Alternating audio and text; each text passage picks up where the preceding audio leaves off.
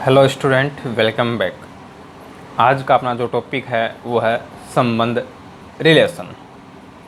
ठीक है, तो लास्ट क्लास में हमने बात की थी कार्टेशियन प्रोडक्ट की। तो अब देखते हैं रिलेशन क्या होता है, संबंध क्या होता है। अपने पास कोई दो सेट हैं, एक है सेट और एक सेट है बी।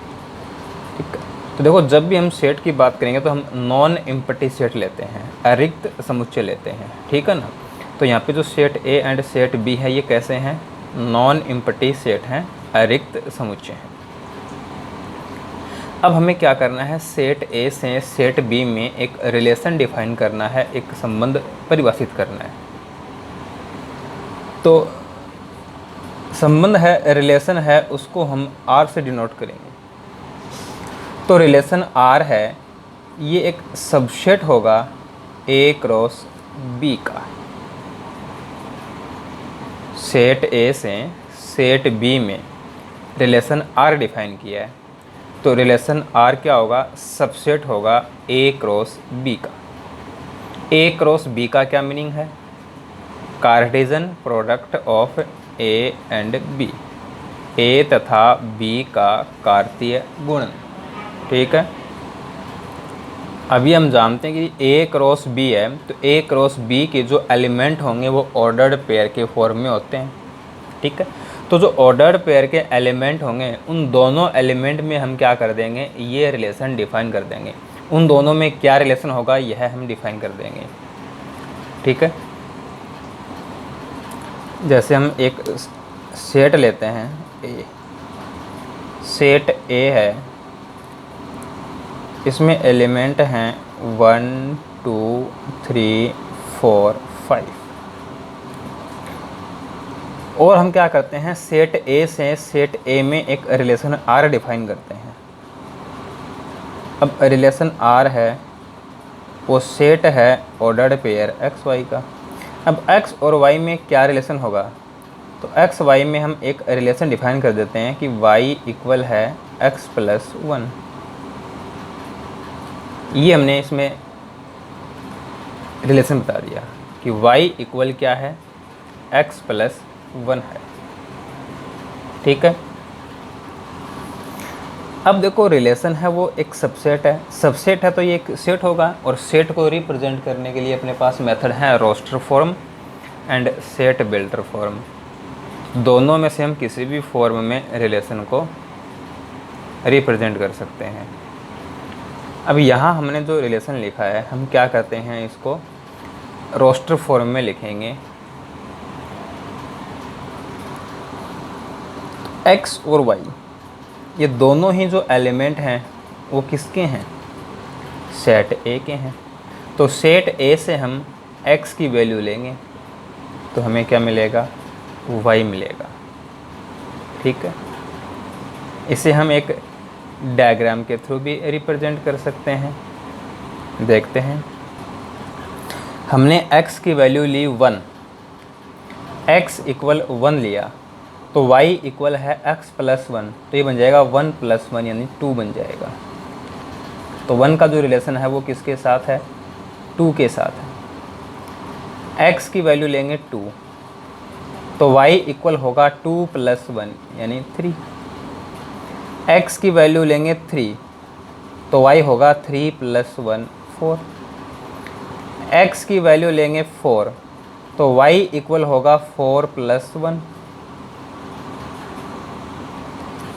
x की वैल्यू लेंगे 5, तो y होगा 5 प्लस 1 6। लेकिन 6 तो सेट ए में नहीं है, इट मीन्स हम x की वैल्यू 5 नहीं ले सकते, क्योंकि x और y दोनों सेट ए में हो यह ज़रूरी है। ठीक है, तो ये अपना रिलेशन आर हो गया। अब देखो हम इसको एक डायग्राम के थ्रू समझते हैं। रिलेशन आर है, ये सेट ए से सेट ए में डिफाइन किया हुआ है। ये रिलेशन आर सेट ए से सेट ए में है। एलिमेंट हैं 1 2 3 4 5, 1 2 3 4 5। अब देखो 1 का जो रिलेशन है वो किसके साथ है, 2 के साथ है। तो 1 का रिलेशन किसके साथ हो गया, 2 के साथ हो गया। ठीक है, 2 का रिलेशन 3 के साथ है, ये 2 का रिलेशन 3 के साथ हो गया। 3 का रिलेशन 4 के साथ है, ये 3 का रिलेशन 4 के साथ हो गया। 4 का रिलेशन 5 के साथ है, ये 4 का रिलेशन 5 के साथ हो गया। तो इसे हम इस प्रकार से भी डिनोट कर सकते हैं। ठीक है, तो ये बात हो गई रिलेशन की। अब देखिए हमने relation R subset A cross B ये समझा है कि ए से सेट बी में हमने कोई रिलेशन आर डिफाइन किया है, तो आर क्या होगा, आर सबसेट होगा ए क्रॉस बी का।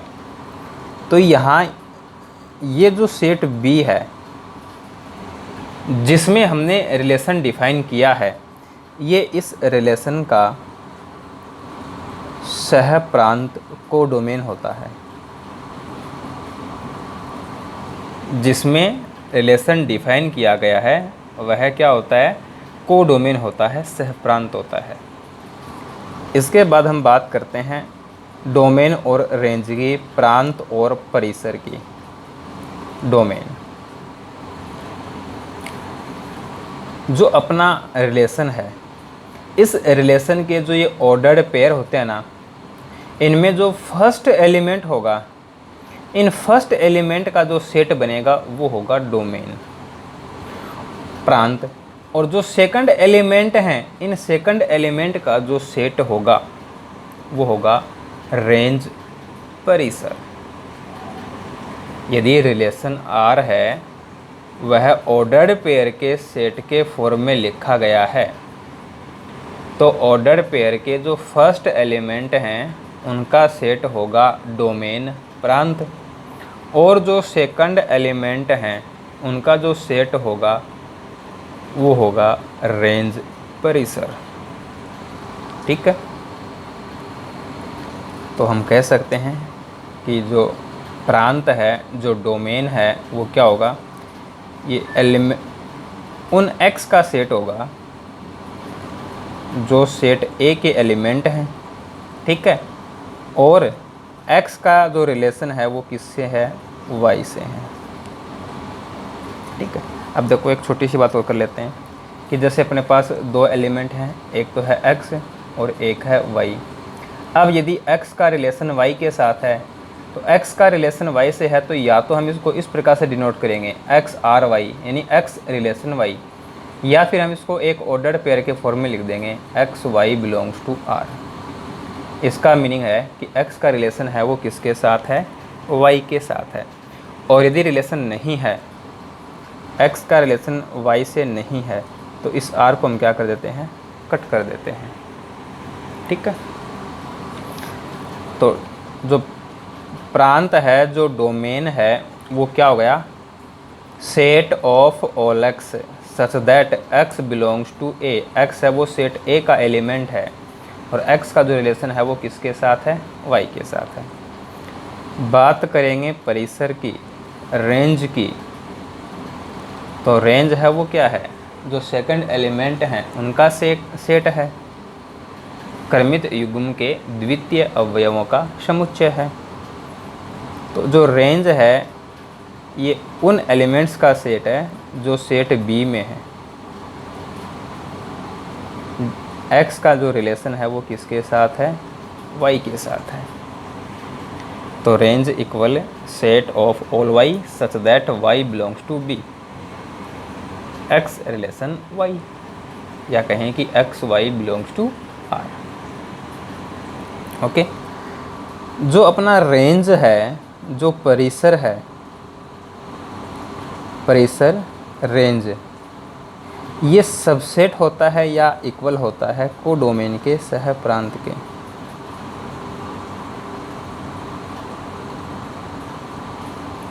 रेंज सबसेट एंड सबसेट और इक्वल कोडोमेन, रेंज सबसेट और इक्वल कोडोमेन। अब हम बात करते हैं सेट ए से सेट बी में नंबर ऑफ रिलेशंस की, कि सेट ए से सेट बी में कितने संबंध परिभाषित हो सकते हैं। सेट ए है, इसमें m एलिमेंट हैं। सेट बी है, इसमें n एलिमेंट हैं।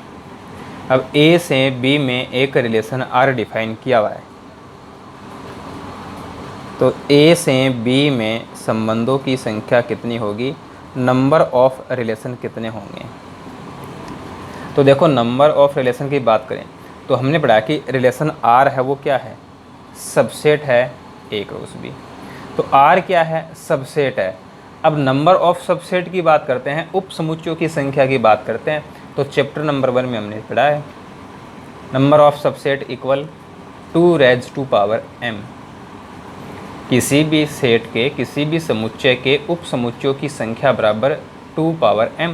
m क्या है, उस सेट में नंबर ऑफ एलिमेंट, उस सेट में अवयवों की संख्या। तो यहाँ भी वही फॉर्मूला काम करेगा, 2 अब r है वो किसका सबसेट है, a क्रॉस b का। तो a क्रॉस b में कितने एलिमेंट होंगे, तो जब a में एलिमेंट हैं m, b में एलिमेंट हैं n, तो a क्रॉस b में कितने एलिमेंट होंगे, m इंटू n एलिमेंट होंगे, यानी mn एलिमेंट होंगे।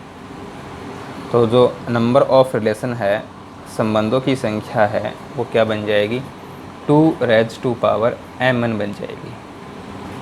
ठीक है, तो number of element in set A equal m, number of element in set B equal n, then number of relation, संबंधों की संख्या बराबर 2m।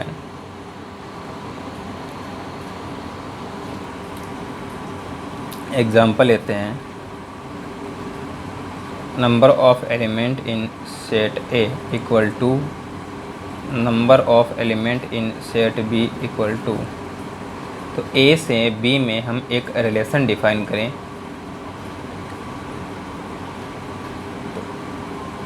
तो ए से बी में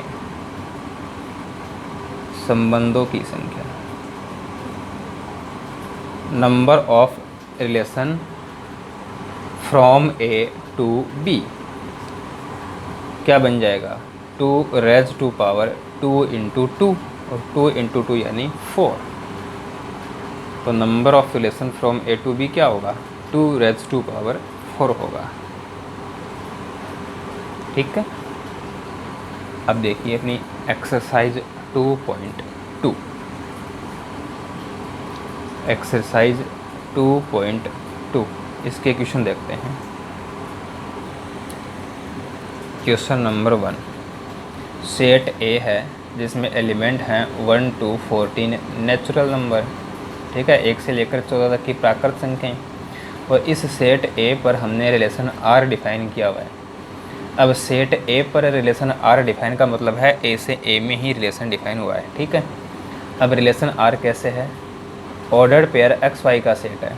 अब एक्स वाई में क्या रिलेशन है, 3x माइनस वाई इक्वल 0। ठीक है, 3x माइनस वाई इक्वल 0। अब हमें क्या करना है, रिलेशन आर लिखना है, यानी इसको हमें क्या करना है, रोस्टर फॉर्म में लिखना है। फिर हमें इसके प्रांत, सहप्रांत और परिसर बताने हैं, डोमेन, कोडोमेन एंड रेंज बतानी है। तो देखिए, रिलेशन आर लिखते हैं, 3x माइनस वाई इक्वल 0, इसको हम 3x इक्वल वाई बोल सकते हैं। y इधर आ जाएगा ना, तो ये बन जाएगा 3x इक्वल वाई। अब x की कोई वैल्यू लेंगे सेट ए से, तो हमें y मिलेगा। y भी किस में होगा, सेट ए में होगा। तो हमने x की वैल्यू ले ली 1, तो 3 इंटू 1, 3 इंटू 1 यानी 3, तो y की वैल्यू क्या बन जाएगी, 3 बन जाएगी। x equal 1 then y equal 3, तो 1 का रिलेशन है वो 3 से हो गया। अब हम x की वैल्यू लेंगे 2, x की वैल्यू हमने क्या ली 2, तो 3 इंटू 2 6, x की वैल्यू हमने ली 3, तो 3 इंटू 3 9, तो y की वैल्यू होगी 9। x की वैल्यू लेंगे 4, तो 4 इंटू 3 12 है, तो y की वैल्यू होगी 12 है। x की वैल्यू लेंगे 5, तो y बनेगा 5 इंटू 3 15। अब देखो 15 है वो सेट ए में नहीं है, तो x इक्वल 5 नहीं लेंगे, तो जो अपना रिलेशन है वो ये बनेगा। ठीक है, अब हमें क्या करना है, इसका डोमेन, कोडोमेन और रेंज लिखनी है। प्रांत, सहप्रांत और परिसर। प्रांत, डोमेन,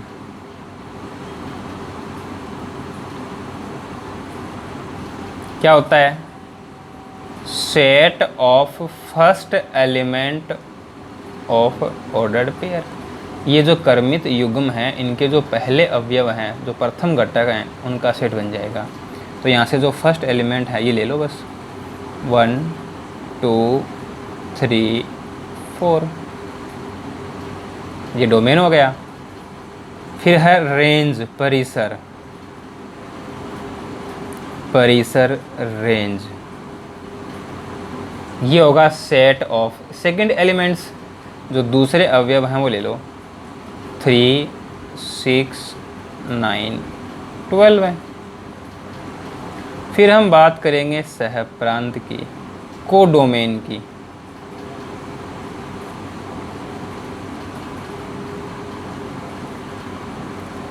तो सहप्रांत क्या होता है, कोडोमेन क्या होता है, जिसमें रिलेशन डिफाइन किया गया है वो होता है। तो यहाँ जो रिलेशन है वो ए पर डिफाइन हुआ है, यानी ए से ए में डिफाइन हुआ है।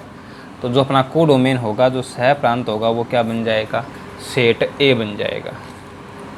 ठीक है, तो ये था अपना क्वेश्चन नंबर 1। अब देखते हैं क्वेश्चन नंबर 2। अब बात करते हैं क्वेश्चन 2 की। क्वेश्चन नंबर 2 में रिलेशन आर है, set of ordered pair X Y such that Y equal X plus 5। X 4 से कम प्राकृत संख्या है, x इज लेस देन 4, तो हमने इसको ऐसे लिख दिया। X Y both are natural number, x तथा y प्राकृत संख्याएं हैं, तो X Y belongs to n हो गया। ठीक है, अब हमें क्या करना है, इसे रोस्टर फॉर्म में लिखना है, फिर इसका प्रांत डोमेन बताना है, फिर इसका परिसर रेंज बतानी है। ठीक है, तो सबसे पहले हम इस आर को क्या करते हैं, रिलेशन को क्या करते हैं, रोस्टर फॉर्म में लिखते हैं। ठीक है, तो x की वैल्यू पुट करेंगे यहाँ पे, तो y की वैल्यू मिलेगी। x y दोनों ही कैसे होंगे, नेचुरल नंबर होंगे, और x की वैल्यू क्या होगी, लेस देन 4 होगी। तो लेस देन 4 का मतलब है कि x की वैल्यू 1 2 और 3 लेनी है अपने को बस। ठीक है, तो x इक्वल 1 पुट कर दो, x इक्वल 1 पुट कर दिया तो 1 प्लस 5 6 हो गया, तो y की जो वैल्यू है वो क्या हो जाएगी, 6। x इक्वल 2 पुट कर दो, तो 2 प्लस 5 7, तो y की वैल्यू क्या हो जाएगी, 7। x इक्वल 3 पुट कर दो, तो 3 प्लस 5 क्या हो जाएगा, 8। तो जो रिलेशन था उसको हमने रोस्टर फॉर्म में लिख दिया। अब हमें इसका डोमेन और रेंज बतानी है। प्रांत, डोमेन, परिसर, रेंज। तो डोमेन क्या होगा, जो फर्स्ट एलिमेंट है उनका सेट, 1 2 3। रेंज क्या होगी, परिसर क्या होगा, जो सेकंड एलिमेंट है उनका सेट होगा। तो ये इसके क्या हो गए, डोमेन एंड रेंज हो गए। ठीक है,